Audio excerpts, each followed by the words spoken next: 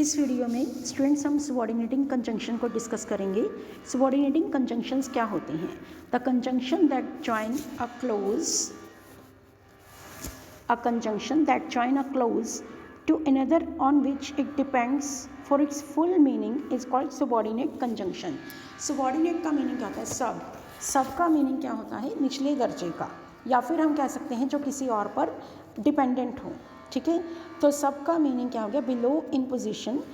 जैसे सबवे है, सबवे क्या होता है? रोड के नीचे का रास्ता।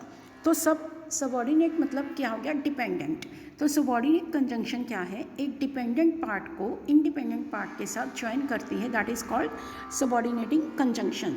सबऑर्डिनेटिंग कंजंक्शन जो है उसको उनके मीनिंग के बेस पर अलग अलग पार्ट्स में बेटा क्लासीफाई किया गया है। For example time, concession, comparison, condition, reason and place. तो ये आपके पास सबऑर्डिनेटिंग कंजंक्शन के टाइप्स हैं। अलग अलग टाइप में आपके डिफरेंट कंजंक्शंस यूज़ होंगे। तो इसमें देखिए, सबसे पहले हम करते हैं टाइम। टाइम के बेस पर जो कंजंक्शन है that is first of all after. After का मीनिंग क्या है? के बाद। I went to office after I finish the homework. मैं ऑफिस गई होमवर्क ख़त्म करने, हाउस वर्क ख़त्म करने के बाद। Next is as soon as. As soon as का क्या हो गया? जैसे ही। तो जैसे ही में क्या हो गया? As soon as the alarm goes off I hit the snooze button. जैसे ही अलार्म बजा मैंने स्नूज बटन हिट कर दिया, दबा दिया। Next is as long as, जब तक। I don't care what you do as long as you don't disturb me. मुझे कोई परवाह नहीं है कि तुम क्या करते हो, जब तक मुझे तुम डिस्टर्ब नहीं करते हो। तो इस तरह से बेटा सारी आपके पास एग्जांपल्स दी हुई हैं इसकी टाइम की बेस पे। After, as soon as long as, before, until, till, since, when, whenever, while. तो आपके पास ये एग्जांपल्स हैं। अब अगर आपके पास बेटा जो व्हेन एंड व्हाइल है, ठीक है, दोनों का मीनिंग ही आपके पास क्या है? जब या जब तक। व्हेन एंड व्हाइल जो है इनका मीनिंग क्या है? जब तक। तो इसको आप ध्यान से सुनिए। व्हेन कब यूज़ करेंगे, व्हाइल क्या कब यूज़ करेंगे? क्योंकि स्टूडेंट्स इस चीज़ में बहुत गलती करते हैं कि व्हेन और व्हाइल को वो एक ही समझ लेते हैं। तो व्हेन क्या है?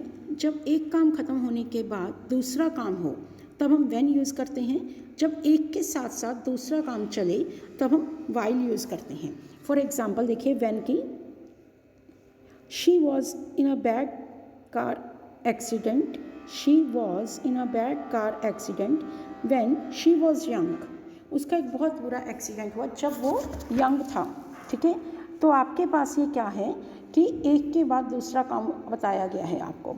Next is while. No one left the cinema while the movie was on. कोई सिनेमा छोड़कर नहीं गया जब तक मूवी ऑन थी। मतलब ये दोनों काम एक साथ चल रहे थे, लोग सिनेमा में बैठे भी थे और मूवी भी ऑन थी। जब एक काम ख़त्म होने के बाद दूसरा काम स्टार्ट हो। इसकी एक और एग्जांपल बेटा मैं आपको दे सकती हूँ। जैसे व्हेन द चाइल्ड सा his parents he became happy. जब बच्चे ने अपने पेरेंट्स को देखा तो वो खुश हो गया। पेरेंट्स को देखा पहला काम, दूसरा क्या है? खुश हो गया। वाइल की example, the mother cooked while the children played. Mother ने खाना बनाया जब बच्चे खेले। तो ये दोनों काम इकट्ठे हुए। तो वाइल क्या है? एक के बाद दूसरा काम। व्हेन क्या है? एक के बाद दूसरा काम। वाइल क्या है? एक काम के साथ साथ दूसरा काम। तो इस तरह से ये टाइम की आपके पास एग्जांपल्स हैं। Next is concession. कंसेशन को बेटा हम कंट्रास्ट भी कह सकते हैं, जब आपके पास कंट्रास्ट हो। इसमें आपके पास तीन, देखिए कंसेशन में इसको कंट्रास्ट भी कहते हैं।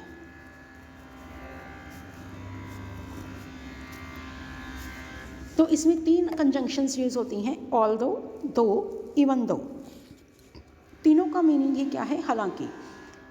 Although I was feeling sleepy I went out with my friends. जबकि मुझे नींद आ रही थी फिर भी मैं अपने फ्रेंड्स के साथ गया। तो यहाँ पर देखिए फिर भी का हमने लगाया नहीं है। तो जब ऑल्दो आपके पास स्टार्टिंग में लग जाए तो इट मीन्स कि येट और ऑल्दो का मीनिंग ये एक साथ दे रहे हैं। तो इसी तरह से दो एंड इवन दो हैं। Next is comparison. तो कंपैरिजन में आपके साथ पास क्या आ जाएगा, just next is comparison. Comparison में है whether, where as much as, than, rather than. ठीक है, वेदर का मतलब कि क्या या दोनों में से कौन सा। वेयर एज मीन्स जबकि, एज मच एज जितना, देन की अपेक्षा, रादर देन बजाय। तो इसकी सारी एग्जांपल्स आपको दी हुई हैं। नेक्स्ट इज कंडीशन, इफ़ यदि, प्रोवाइडेड दैट बशर्ते कि, इन केस यदि, ओनली इफ़ केवल अगर, अनलेस जब तक ना। अनलेस बेटा इफ़ नॉट का मीनिंग आपको देता है। अनलेस वाला सेंटेंस जो है वो आपको नॉट का मीनिंग भी साथ में देता है। ठीक है, अनलेस का मतलब क्या होता है, if not. Next is assuming that, माना कि। नेक्स्ट आपके पास है रीज़न की एग्जांपल्स। रीज़न, एज क्योंकि, इन ऑर्डर दैट जिससे कि, सिंस क्योंकि, बिकॉज क्योंकि, जिस, सो दैट जिससे कि, दैट की। तो आपके पास इस तरह से ये रीज़न की एग्जांपल्स हैं। नेक्स्ट इज प्लेस, प्लेस में वेयर जहाँ, वेयर एवर जहाँ कहीं भी। तो ये सारी एग्जांपल्स आपकी क्या हो गई, सबऑर्डिनेटिंग कंजंक्शंस की। तो सबऑर्डिनेट कंजंक्शन क्या है, एक इंडिपेंडेंट और एक डिपेंडेंट क्लोज को आपस में जोड़ता है। तो उसकी एग्जांपल्स हैं time, concession, comparison, condition, reason, place. ठीक है, तो इसमें जैसे देखिए हमने किया, सबसे पहले हमारी की टाइम की। नेक्स्ट इज कंसेशन, कंसेशन को हम और क्या कहते हैं, contrast. Next is comparison, condition, reason and place. Next video में हम करेंगे कोरिलेटिव कंजंक्शंस।